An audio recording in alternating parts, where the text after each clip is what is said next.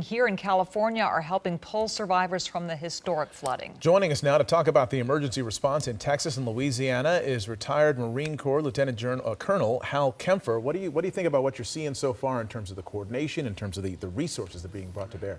Mark, what I'm seeing is some pretty good coordination, federal, state, local level.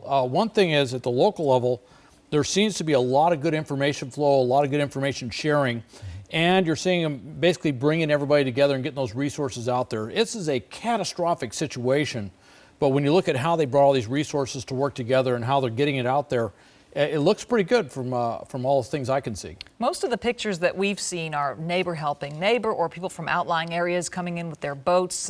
We haven't seen a lot of authorities on the scene as much as we've seen just Joe Citizen, I guess you'd say.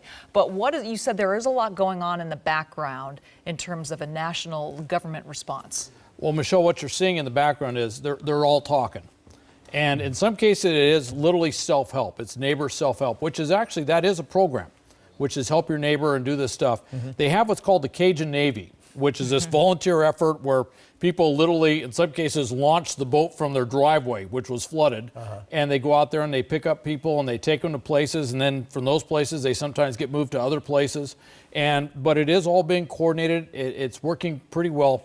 You have to understand the level of devastation, though. You can't undo the rain. You can't undo that flooding. So it is what it is. But if you look at the response and how this is working, frankly, bringing all these resources together like they have, this is one of the best I've seen in terms of something like this. How much do you think Katrina was a lesson for all emergency responders? We're not talking about the errors that were made. Well, maybe we are, but I mean, just the things that they could learn about pre-positioning resources, about how to coordinate people and all that. How important do you think Katrina was in terms of teaching people how to deal with this sort of disaster? Katrina was the big event. That was where everything shifted after, before Katrina and after Katrina. A lot of things, you're seeing the lessons learned being applied constantly throughout. For example, while the storm is going on, they told people, get on the roofs of your house. You're thinking, wait a minute, there's rain out there, the wind's blowing, why are you doing that? Well, in Katrina, people will go to their second floor, they go to their attic, and then what happens? They get trapped. Plus, we can't rescue them because we can't see them. So go to the roof. That way we fly over, we see you, you pluck you off. That's one of the big lessons, and we're seeing that applied throughout.